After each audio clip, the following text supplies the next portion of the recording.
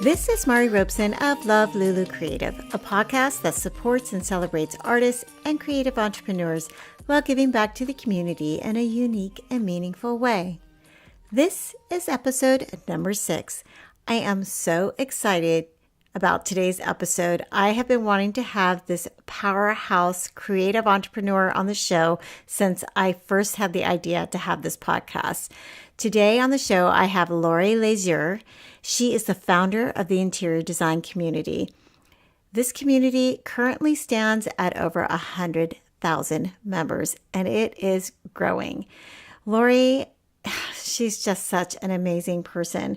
She has created a forum where all different people in the design industry, from design students to home stagers, decorators to brands, there's showrooms, there's makers, there's design bloggers, editors and shelter publications. It goes on and on and on. She's really created this wonderful community where everybody can get together and they can share ideas and they can learn and grow from one another.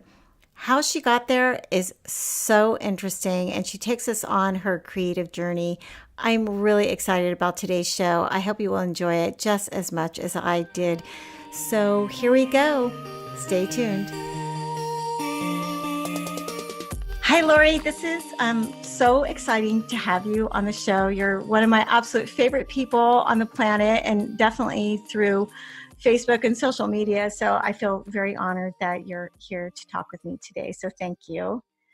We're excited to be here. Can't wait to dive in and find out all about what you guys want to know. Yeah, this is really great. So you are now the founder of the interior design community, which is kind of how we met, I believe. Yes. And it's over 100,000 members, which is incredible. But I want to go back kind of to the beginning because it works with what we're talking about here, being a creative person. And I am so happy to know that you have your degree in graphic design. Yeah. So you went to UConn and Plymouth State? Is that? Yes, I did. Yeah. Actually moved home after a bad breakup, just super fun. But I wanted to be close to my family and finish up my degree, and then I get into working in the design industry, the graphic design industry, and I actually went into printing originally. See, this is what I want. This is what I think is so interesting is that, you can, for those who are younger, who are listening to the show, who are pursuing a degree in the arts, is that it's so multifaceted. So here you have this degree in graphic design, and we're going to get into all the things that you've done after that.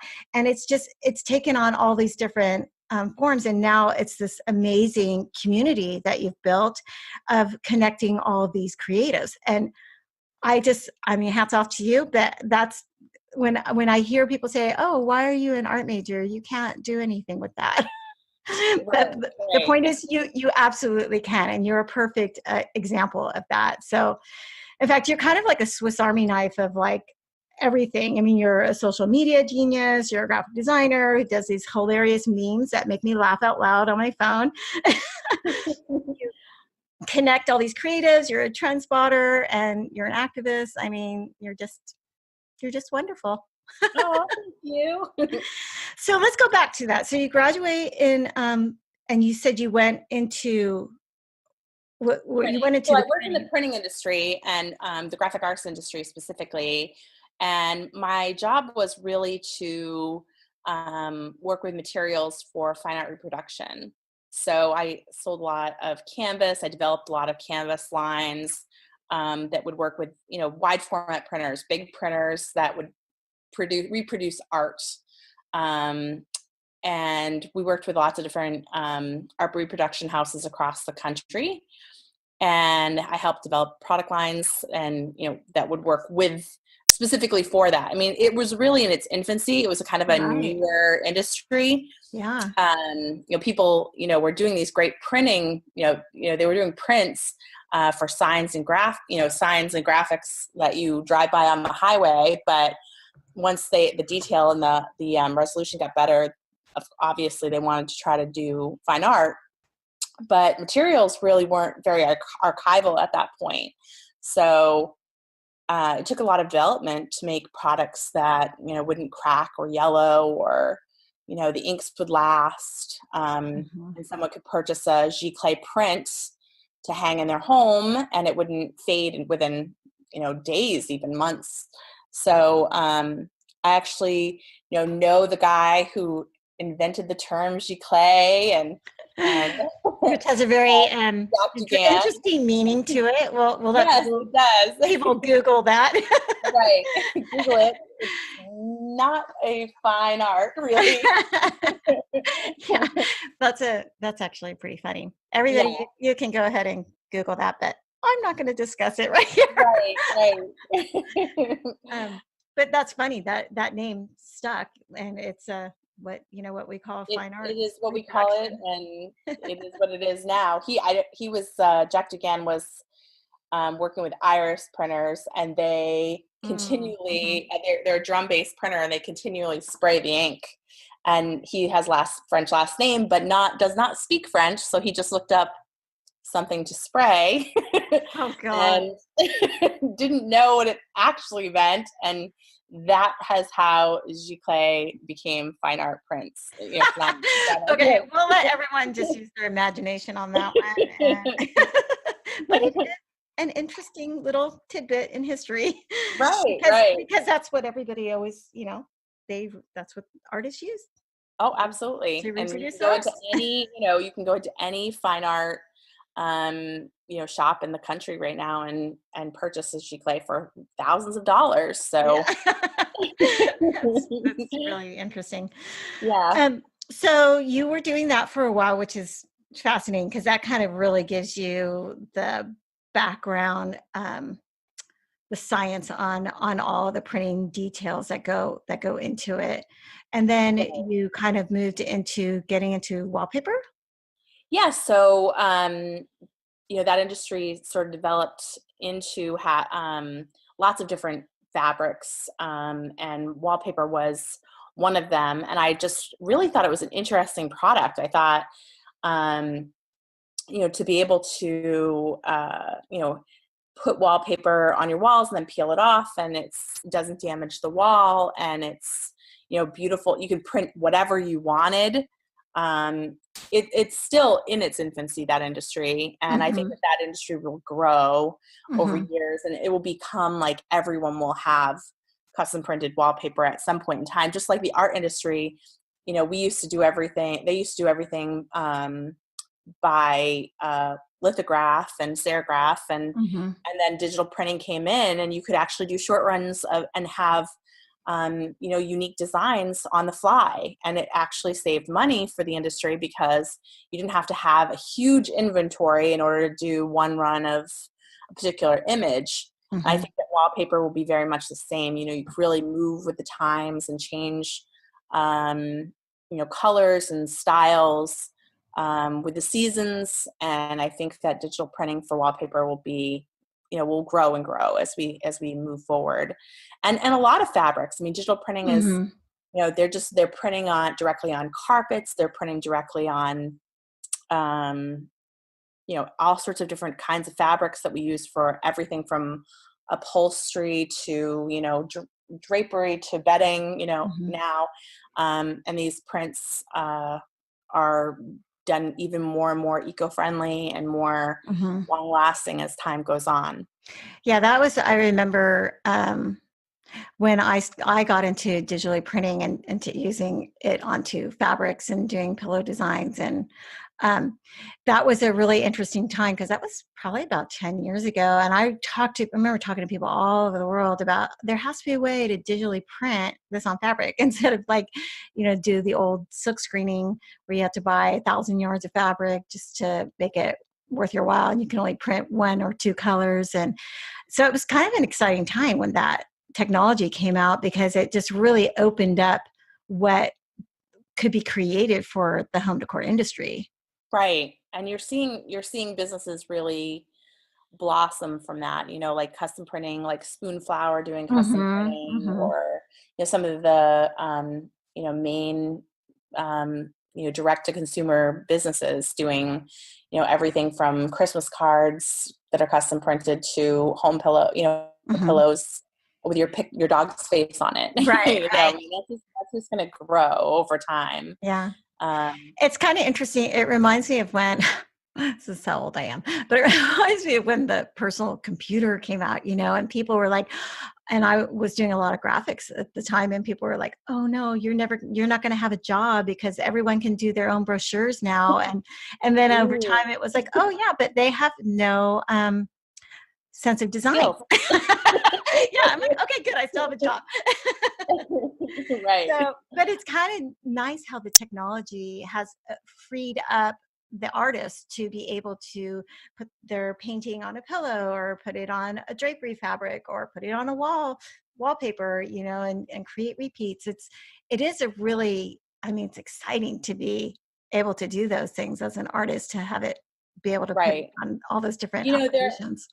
there are so many artists that that they shy away from that, and that there are still artists that they want the reproduction to be an exact replica of their image, and they will hold the printmakers so accountable to that. And in many ways, even though printing has grown and the quality is incredible, you're still mixing on a cyan, magenta, yellow, black Mm-hmm, you mm-hmm. know platform. And so there is a color gamut, and what goes outside of that color gamut. But I have watched the commercial successes of artists who kind of let go of that control become powerhouses. I mean, one of my biggest accounts when I was doing that was Thomas Kincaid. Hmm. And I mean, he put his stuff on everything. Yeah, I did. That's And his art wasn't my favorite, but he was a huge success because he yeah. really let go of that control and recognized how to market the art beyond just the painting.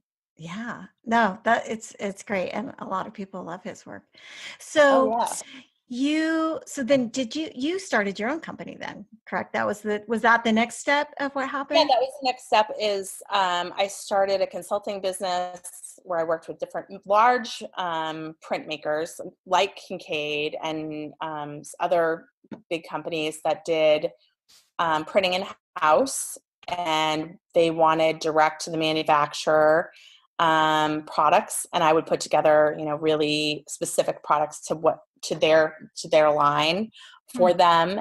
And I basically brokered canvas, ink, coatings to these companies, and I consulted with distribution companies also on their lines, which is sort of how I fell into running across this wallpaper. And it seemed like something I would be interested in. So I Sure. sort of and it was the right timing for me. I was doing a lot of traveling Hmm. for work, and I got guardianship of my brother's kids, so I went from having one child to having 4 children overnight. Oh And my goodness, I did not know yeah, that. Wow. so it was absolutely a personal decision too, not to do as much traveling. Hmm. And it made sense for me to try to start something that was a little bit, different at that Hmm. particular time, and get cut back on the consulting, cut back on, the brokering, because it required a lot of travel. Hmm.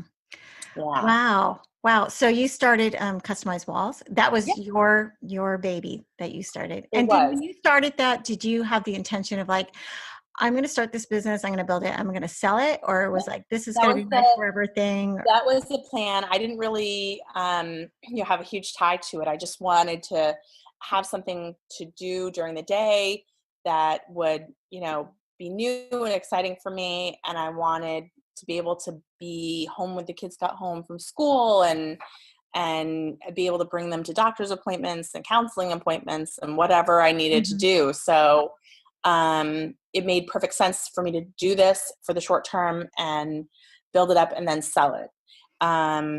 Because I recognized that it needed more than just me. If it was going to get to a certain point, it would absolutely need more than one person managing it. And that's pretty much what we did. I first started with direct sales, with working with different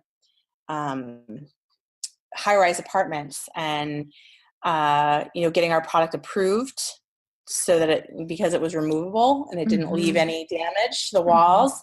So we got that approved so that it could go into welcome packets with a number of different condo complexes that are there are some that are owned by conglomerates that are nationwide. And we had some great meetings and we got our product into a few of those. And then we started our online presence. And really, weirdly, the direct sales stuff worked best. We made more profit on that side of it. Sure. And, I mean, it was a bigger direct sale. yeah. That's so And, interesting. You're saying we. Who is we? Is you, and did you have a partner or? No, it was me and, well, my husband helped some. He works in the printing industry as well. But primarily me. And then I later on worked with a partner, printing partner, and they now own the business under their name. So they were able to buy it outright. And that kind of was the plan because I didn't ever want to do the printing in-house. Yeah. So it's a big, they have a big facility and they handle all the printing. And, wow. I mean, that's just so impressive.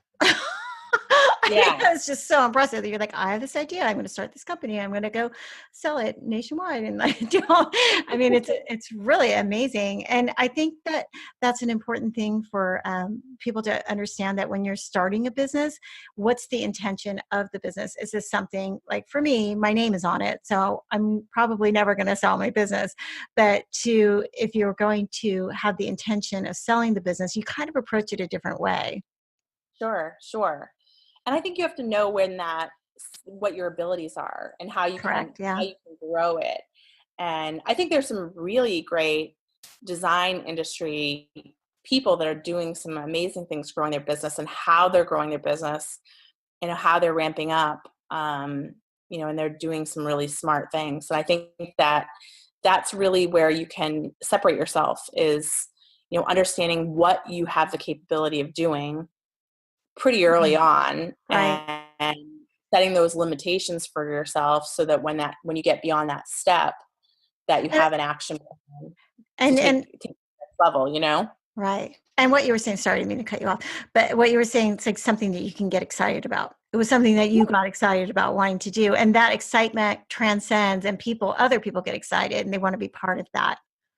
Sure. I mean, this was an innovative product. We knew it was in its infancy and that it will grow. I mean, in 10 years, it'll be even bigger than what it was when we were starting it. So it's so exciting, to be on the ground floor of those things. But, I never knew how exciting because, I was thinking about the product, and I was thinking about how we were going to position the product and how we were going to grow the product.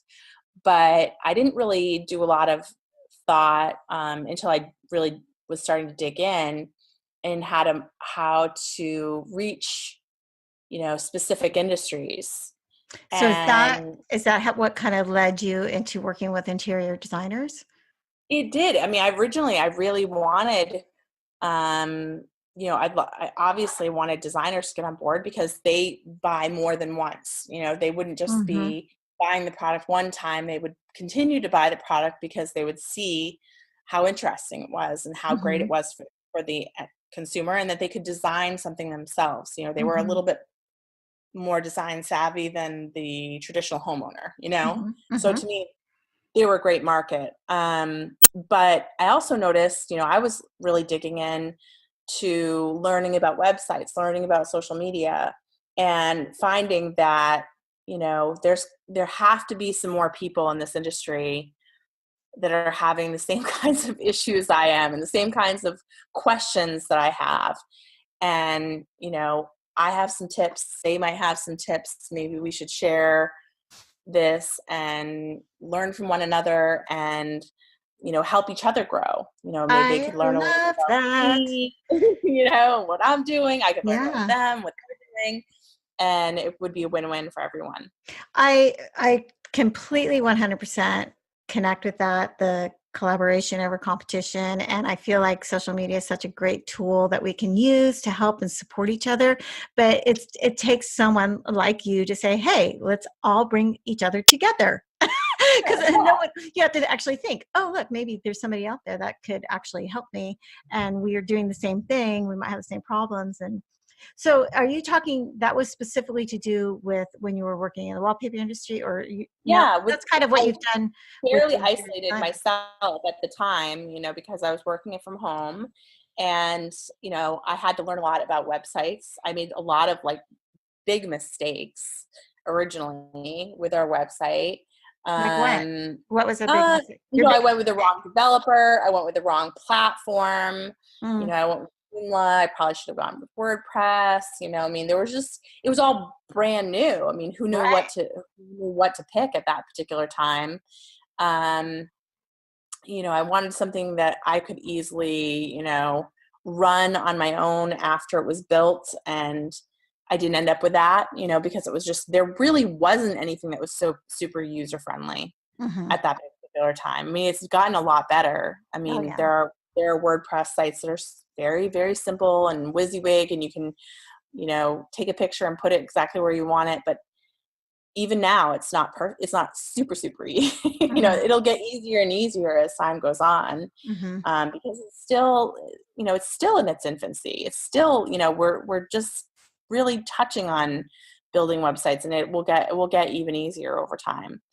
Um, and I knew that designers had to be struggling with the same thing that I was, because they're entrepreneurs themselves. They had to Mm-hmm. manage a website, they had to manage a social media presence, they had to manage a lot of the same things I was having to manage. And I Mm-hmm. could dedicate a lot more time to that than they could, because I was here building this new brand, but they had design clients and they had meetings to get to, and they had Right. you know They were um, designing. they were designing, Yeah. you know Uh-huh. and so it was remarkable to me, what they, how they were able to do all of this. How are you able to get all of this done? And to some extent, it's still a question. Where should I be spending my time? Where is going to make money for me? Where Mm-hmm. am I going to be able to bring in clients? And how do I do it correctly so that I do bring in clients? And that is not as easy as it looks. There are some people who we both know, designers who've made huge success on Instagram, Mm-hmm. or Facebook or any other platform. And, it looks like it's easier than it actually is to do, you know? Right. I mean, I feel like this is such a great topic. I'm so glad we're talking about this because it's been a really interesting time watching all these different platforms and social media. And for me I kind of picked Instagram because it was so visual and I was doing a lot of artwork and still am. But every time these algorithms come along, it just makes you disappear. And then it's like, maybe I should really be doing something like building my email list and focusing on people that, on things or my website where I am not being controlled by somebody else's decision of like, okay, now we're going to change the algorithm and now you have to pay to be seen. It's, Right. I've and been that, through it several times now, so I yes. totally understand. And we recognize that, and I talk about it's interior design community, and the moderators that have worked with me there, we recognized that pretty quickly. We knew that Google Mhm. Plus was not going to be huge, Okay, so but let's back up because you yeah, know everything they're talking about. That so you sell the wallpaper in the yeah, company, and then but through that you're meeting with your networking and understanding and getting to work and see the pain points for these interior designers. So you decide to build a community and you choose to do that on Google Plus of interior designers. Is that correct? yes. Well, I was on Twitter a lot and doing Twitter chats, Okay. and you would be able to have these conversations with people, and there were little nuggets of insight, but you couldn't have a deep conversation like, are you trying this? Does it work, with this? Because there'd be those Twitter chats, there's like 20 or 30 people, chatting, and they all are answering their question. They go really fast, Mm-hmm. and they're all answering questions or having little conversations with each other, and they're incredibly hard to follow when you're reading them I agree. because they're a busy one. Yeah. But they're also, there's not there, you might catch like one person saying something that was really, really interesting, but a lot of it is, hey, how are you? What are you doing? And no, I think, this is going to be popular. That is going to be popular. And, just like one word, little nuggets, and then people would retweet those, Mm-hmm. good pieces of information. Mm-hmm. And then the Twitter chat would end, and then you really might chat with those people again in the week or might not. But it wasn't building the connections that I really wanted to build. I wanted to ask real questions. I figured people wanted to ask real questions too. It wasn't just me that needed information. They needed information. Sure. What website are you going, platform are you going with? And, how are you handling, managing social media on top of doing, your website and on top of doing your business? And Google Plus was starting communities, and, we had Facebook, and I think that there were some Facebook groups going around, but, I was very reluctant to, at that particular time, very reluctant to start adding people in the industry to my personal Facebook page. Mm-hmm. And, not sure which groups to join. And some of them seemed kind of off topic. They were like Twitter friends, and Mm-hmm. some of them were in the design industry, but some of them weren't, and, Right. it was really like difficult, Mm-hmm. So to manage that. did you start the Facebook? So Laurie I has started a private Google Facebook. Plus first because I Oh, figured that would be separate. It's okay. not Facebook, it's not Twitter, but you could still have a long conversation. So I thought that would be a good home for it. And the community started, and it was the perfect opportunity. We started an interior design community. I honestly never expected it to grow. I thought maybe we'd get, usually 20, 30 people showed up to those Twitter chats. Maybe some of those people would come over. So I expected maybe someday we'd get to 100 people. And I was surprised that we got, 100 within the first day. Wow. Obviously, there were some pain points that needed to be talked about. Right. And then shortly thereafter, Susan Sarah and James Bedell, there were different people volunteering and asking if they could help out and do videos. And we started a video series where we talked weekly about different topics in the interior design industry. And we'd have different people on and talk about, sometimes it would be a brand, sometimes it would be an interior design brand, sometimes it would be, what designers would need to learn. So we had like PicMonkey on one time to talk about how to edit photos and things like that. Just anything that we thought designers would want to learn, and that was really the goal, was, something that they could learn from. And we kept that up for a long time, but it, weekly, doing podcasts, it's super time consuming, and the commitment is a lot. Mm-hmm. And we did that for a long time, I think, until, Google Plus had really had its run, and then started our Instagram channel, and we're doing now, like you said, the memes, and we do questions, and designers answer the questions. And we started a little Facebook group that has kind of industry insiders, and people are sharing information there. And we just keep on promoting that. We're in this together. Let's share information. Let's learn from one another. Let's help each other through the hard times. We can be good to each other. What I really love about it too, other benefits that come from it. So when the intention behind that is like, let's just support each other, then when something happens that is not so good in the industry, there's a network there that can go, look, that's not okay. We need to fix this. And you've done that so many times. Like, you've really like changed things and it really helped people. And I mean, I would love to do that with artists. There's so many times there's little groups of us artists talking and one of them's getting knocked off and we're like, no, that can't happen. But there's not enough of us to group together to say to that, big company, you can't knock this artist off. You see it kind of happen a little bit on Instagram. We've had this conversation too before. Like Right. it's a fine line between, um, putting it out there on blast and just quietly saying, "Hey, could you take that down?" Right. Right. That's mine. Right.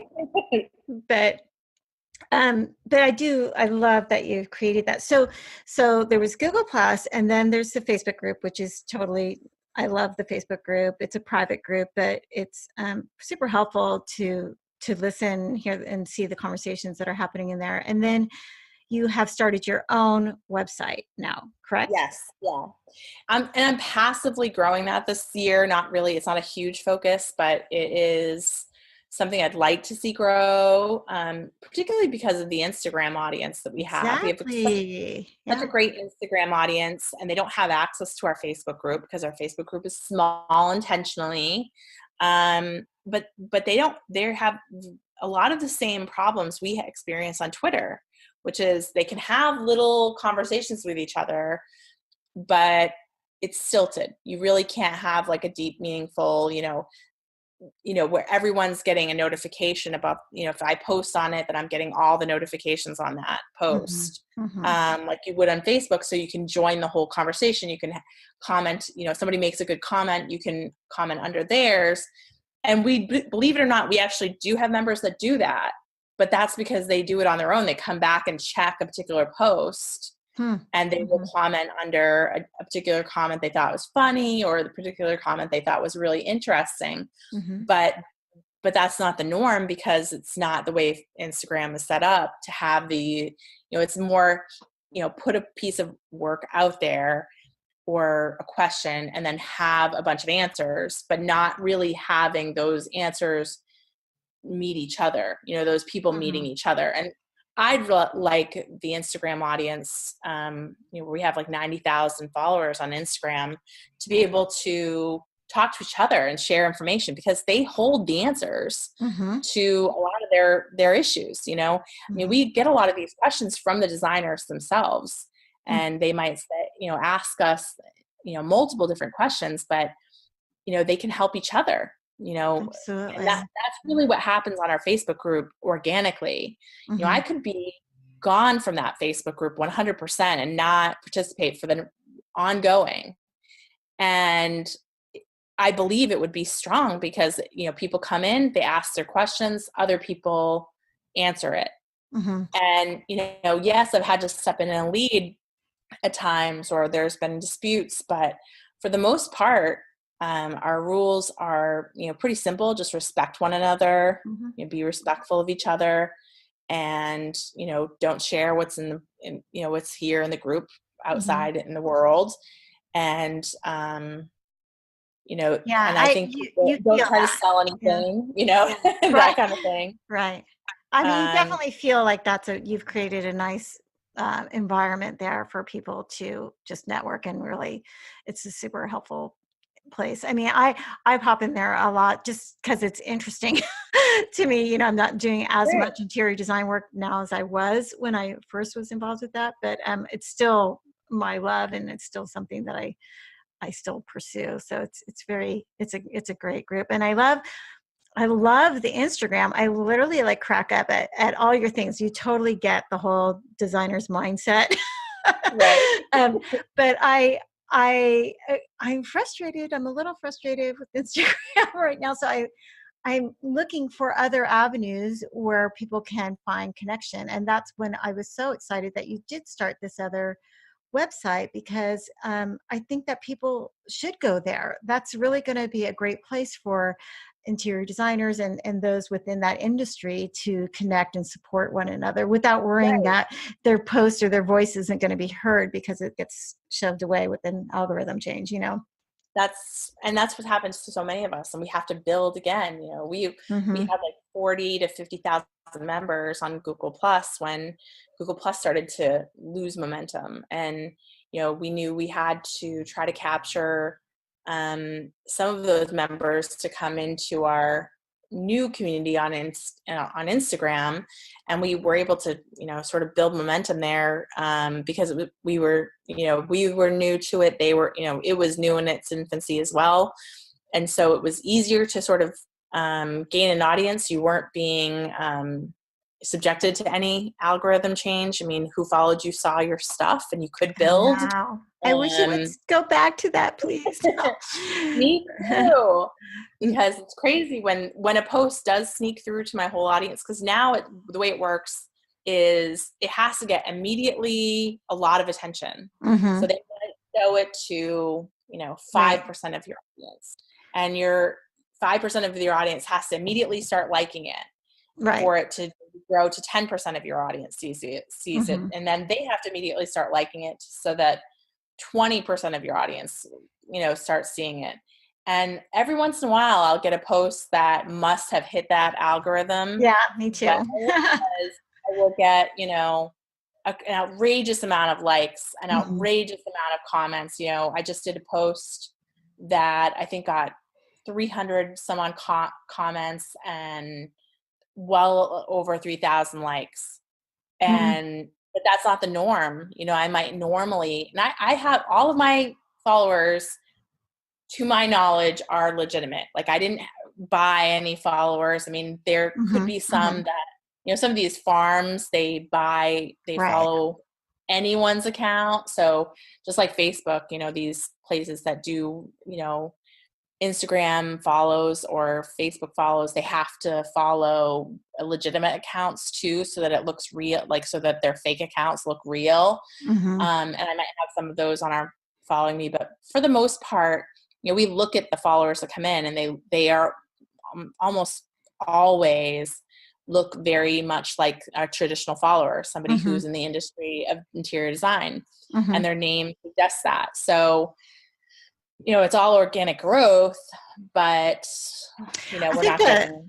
The frustrating thing is that I feel like when Facebook bought Instagram, I feel like it's such a different platform. It's so much more visual. Like, I want to go through and I want to see your questions and your memes and all the things that you're posting, but it's kind of like going to a big party, and it's like, I want to go around and I want to see everybody and I want to get everybody a hug, but I don't have time to talk to every single person. But that doesn't mean I don't want to see them, but Facebook is kind of like, no, I want to talk to these 5 people and we're going to have a conversation. I feel like that's more of the platform to have that like in-depth conversations about things, whereas I don't, just because I may not comment, I still want to see your pretty room that you designed, and that's the frustrating part for me, is that, wait, I'm not even seeing the people that I really want to see. I have to like personally go over there and like look at what they're doing. And it's I don't know, that to me makes it feel like it's going to lose its momentum too.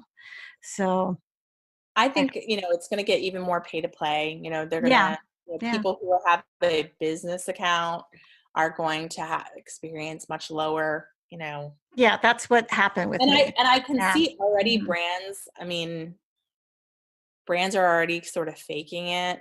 They're experiencing the same loss, but they don't look like they are, because they're buying likes now to cover for the ones that they're not getting organically, because you can see it. I mean, if I'm experiencing it, I know they're experiencing it. So if you don't see a huge, numbers jumping all over the place, because not every single post is going to be met with everybody loving your post. You know what I mean? It's just the way it is off the bat. You can look at the insights and you can be like, oh, it was only shown to like 1,000 people. So of course, right.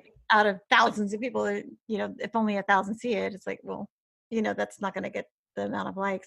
I put a little snarky comment on my, I noticed that. I'm like, hey, for the 7% of you who see this, have a great weekend. Right. And then people were like, oh my God, I'm going through the same thing. This is so annoying. It is so annoying. And it's not, you're right. It's on both sides, because it's on the side of being able to scroll through and see the things we already decided we want to see. And it's on the side of like the person who's putting out the content, who really just wants, their audience to be able to have access to their stuff, Yeah, exactly. Like I'm painting these things just to bring a little sense of relief and some happiness for a moment, for a second. Right. It's not something I want to pay to promote. I mean, it's not, Yeah. it's a weird, it's not like, I'm in the same boat. yeah, We have a yeah, following, but I'm not doing it. I'm not doing my posts to make money on my posts, And so if right. it came a point where they were expecting me to pay to reach the audience that we built there, I'm not going to do that because Yeah, it's not making me money. I'm just doing it to bring people together and get people, on the same page and sharing information and feeling like they have a community. right.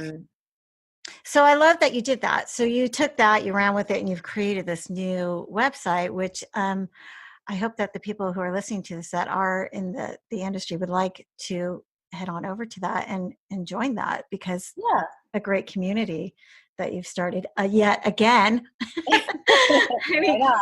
when you say like I am, I guess you'd call me a connector. I'm like, yes, you are a connector. I think that's great. Well, this has just been fascinating information. I really, really love it. And you've given us a lot of advice, but I always like to end with asking these two questions. I'd love to know what what your advice would be for a young creative starting out. Your younger graphic designer, what would be something you would share with that person? I actually watch younger designers quite a bit because they follow our community. And I've noticed that in school, they don't start, if I were them, I would start with social media, some form of social media, pick one and start a professional persona when you're in school, Mm-hmm. already build a catalog of a portfolio, basically a digital portfolio that people can look at of what your work is, who you are, what your aesthetic is. I mean, even if it's just a collection of things you love, I Mm-hmm. really, really love this by this person because of this, you Mm-hmm. know, if you can't do some things on your own and so show some of your own projects. I think that it's a mistake to go through college and use social media only for personal reasons, and then go out building a career and not have that to be able to show your portfolio of work, to be able to show someone who's starting. Because I think that is something that if I was hiring someone today, I would expect them to know.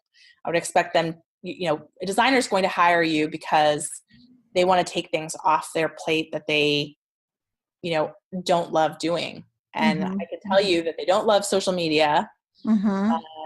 And they don't love, there's a lot of, they don't love CAD work, so some of the drawing, would Mm-hmm. definitely be really good skills to have. But to have that already built in while you're in school, while you have access to some of the equipment that you need, would be really, really wise. I, uh, I and totally making agree with that. connections, make those connections. We are now more connected than we have. I mean, it's so easy to connect with someone Mm-hmm. directly now. Mm-hmm. If I really wanted to get to know, the CEO of, Pepsi or Coca-Cola, I could probably track that person down, Mm-hmm. and with enough tweets, with enough messages, get to know somebody that I Mm-hmm. really directly wanted to know. Mm-hmm. And now, while you're in school learning how to do this, you can get in touch with some of these firms and have built a relationship with them prior to ever walking through the door. And I don't know, that's such a huge opportunity that is sometimes so missed by young designers, is start it now while you're in school, while you have the equipment. Start trying to build that network, because it's going to make you stronger when you're an applicant. Absolutely. Yeah, Mm-hmm. if they don't have a job for you, they might know of someone that will. You will have built up a portfolio. You will have connections in the industry, someone to lean on when you're having troublesome times. And that's huge for someone just starting out and not knowing where to go. And I think too, one thing is like, if you are, let's say you are a graphic design student or an art major or whatever, and you start your own separate art account, don't freak out that there's not a zillion followers on it. It's the body of work. So someone who's a little bit older, who's going to look to hire you, they're not looking at how many people are following you or how many likes it got. They're looking at the body of work. So if it's a beautiful, and everyone knows now that it's very likely that it's not going to be seen by a ton of people. But if it's there and you came and I'm going to interview you and I want to go look at your social media, which I will, and Right. see if you're out partying all night long or if you're like a legitimate person who's serious about design. And I'm going to see that body of work and go, wow, this kid's got some talent. Absolutely. And So not to don't, mention, who are you following? Who's inspiring you through right, that? And right, you're building those connections and you're commenting on, the same stuff I'm following, or, you can kind of see that this person's going to fit, exactly, with exactly. you, with your company. So I think it makes a lot of sense for these kids to really get involved in, I think Instagram's a great platform for them, but Hmm. it could be another platform that comes along, Hmm. but to have that public presence, It's where important. they can Yeah, show, their work. I agree. I agree. That's super valuable. And I think it's, these kids have grown up with this, so it's very second nature for them to do that. But I think that a lot of them feel insecure about posting their work and sharing those things. They feel like they've, just kind of pushing past that fear of that, and just knowing that that person that you actually want to go get a job with after school does not care about all those other things. They're just looking at your work and like all the other things that you just mentioned, your Right. connections and who you follow. Yeah, That's absolutely. wonderful. Okay, so now you're this amazingly brilliant, talented person. Oh my gosh. Somebody must have given you some really good advice early on. So tell me, what was the best advice that was ever given to you? Well, I think that I know that this is kind of off topic, but one of the things Oh, that it's I okay. think really helped me was, I had a boss. I had a couple bosses that said some pieces of advice that I've always taken to heart. One said, never attribute malice what could be ignorance. And I think that it is Hmm. really, really important to have in business, to not, especially with so many people communicating via text today, Mm-hmm. um, to step back when you think this person's stepping on your toes, or when, the communications lines seem to be not working correctly, and you know and step back and take it easy on that person, and maybe pick up the phone and make a phone call and say, I think we're having a misunderstanding, and try to work those things through, and not to take things like that people say, um, personally so quickly. Really think about it. And I know Warren Buffett says, if basically the gist of it is that if you let words control you, they will always control you. So if you um, you have to think about your response, and you have Hmm. to be measured in your response, and think practically, and not just to react. Ugh, Um, that's a great tip. Advice. I mean, seriously, like the world could use some of that advice. It's just such a reactionary thing. And even you see it on social media, like the the punches that get thrown so quickly. Like, wait, oh yeah. what was the intention behind what was said? Or maybe are you misunderstanding that? And like you said, oh my gosh, I'm the last generation of picking up the phone. I can always tell when people call me and I'm like, oh, okay, I know you're my generation. Because I really feel like there's so many things that can get just misunderstood via text message. I think so too, and I Mhm. think that you really need to make sure that, that you think thoughtfully about how you react to things, and not react in anger. Mhm. React from a position of, having all the facts, and what your opinion is, but don't let words bother you so much, Oh that my you, gosh. react.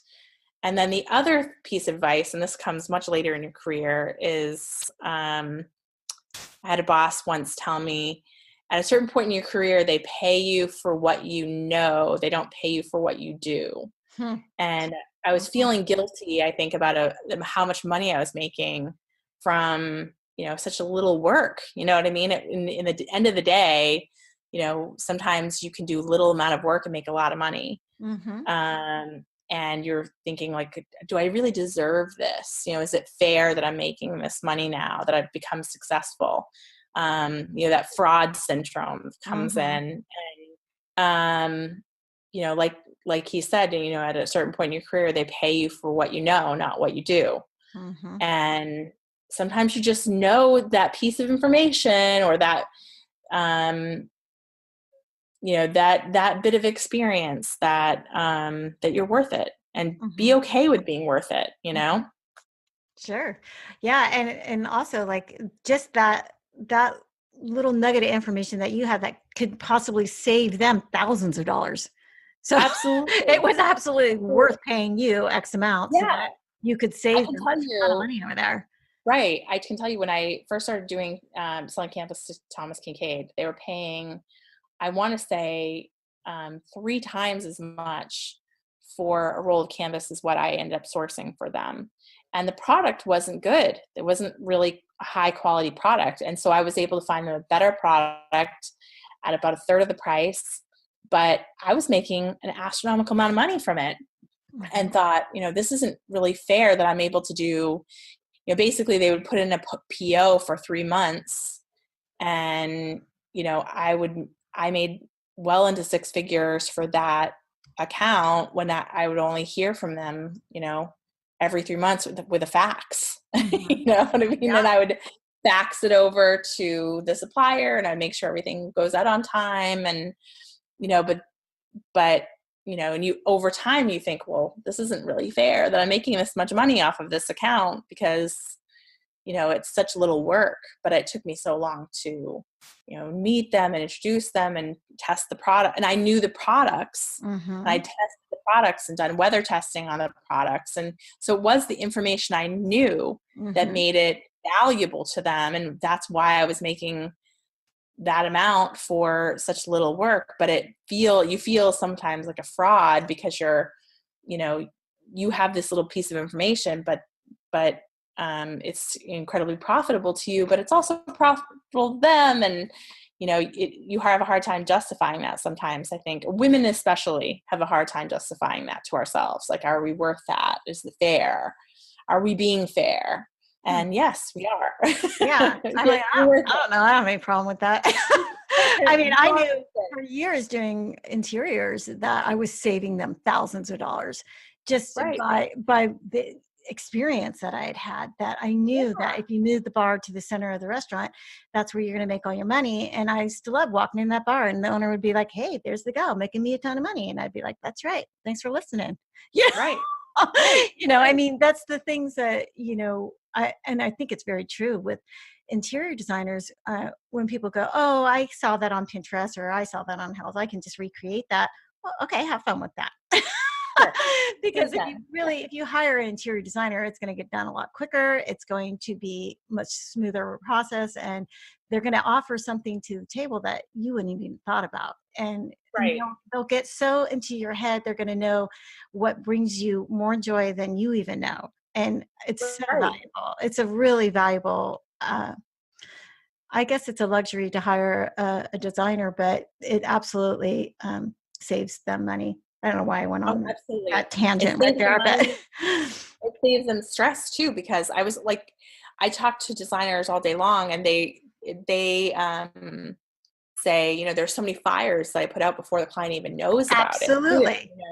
Think about all those things that would be coming into the consumer, or the homeowner, if they had to manage that on their own. I was talking to a designer not long ago who she has drapery that it looks perfectly for really tall windows. It hangs beautifully, but because it's so long, you have to really get it custom tailored on the job, because just the way it will hang, it won't be hemmed properly unless you do it after it's been installed. Sure. And she knows this ahead of time from working with the product and knowing that the product is what it's going to do, and she gets the workroom to come in and be there during the install day to make sure that they hand tailor it. And that's kind of the stuff that you would never, the average person isn't going to know that. They're going to order it, they're going to have it, somebody install it, it's going to look awful, they won't know why it looks awful, and it could end up tearing it out, or that kind of thing, instead of the experience that the designer brings to the table, that they're able to kind of come in and make that problem not even really exist for the homeowner. The homeowner didn't see anything other than her drapes were being custom installs. That's it. That's all she knew. And that's just one story out of thousands where designers really know their stuff, and they know what is comfortable, they know what is overpriced, and they're there to save the money. even like the most basic things of like, people are like, I'm going to go paint this room, and then it's like you could have paid someone a couple $100s to do the color consult with you and help you put it all together, and then you went out and bought 15 gallons of paint and none of them work. And clearly you spent like $1,000 just on paint that none of it works. It's like, right. Sometimes you're sitting there like, I don't understand, but okay. Why? Let me help you. Help me help you. Well, Laurie, thank you so much. This is just wonderful and really helpful information. And thank you so much for being so generous and sharing your time with me and with us who are listening. And I hope all the designers that are out there listen to this and they follow you and they become part of the community, because what you've created is really, really special. And, thank you for doing that too. You're just such a special, unique person. Very, very, very honored to know you. Thank you. Okay, signing off. Thank you so much for joining me today. If you like this podcast and you'd like to support it even more, you can join me over on patreon.com/Mari Robeson and become a patron of mine. If you're a patron of mine, you'll receive bonus episodes every month, only for patrons. You'll also receive 20% off all the merchandise in my online shop, marirobeson.bigcartel, and you will be receiving free printables every month that will be of my artwork, and they're some really fun things. You can follow along on Instagram and you can see what I'm creating just for my patrons. I would deeply appreciate it. It would help me keep the lights on, and it would help me pay all the fees that it takes to put together a podcast like this, so that I can keep supporting all the artists, keep bringing you great information, keep paying it forward to the next generation of artists. It's just a wonderful thing, and I would really deeply appreciate your support.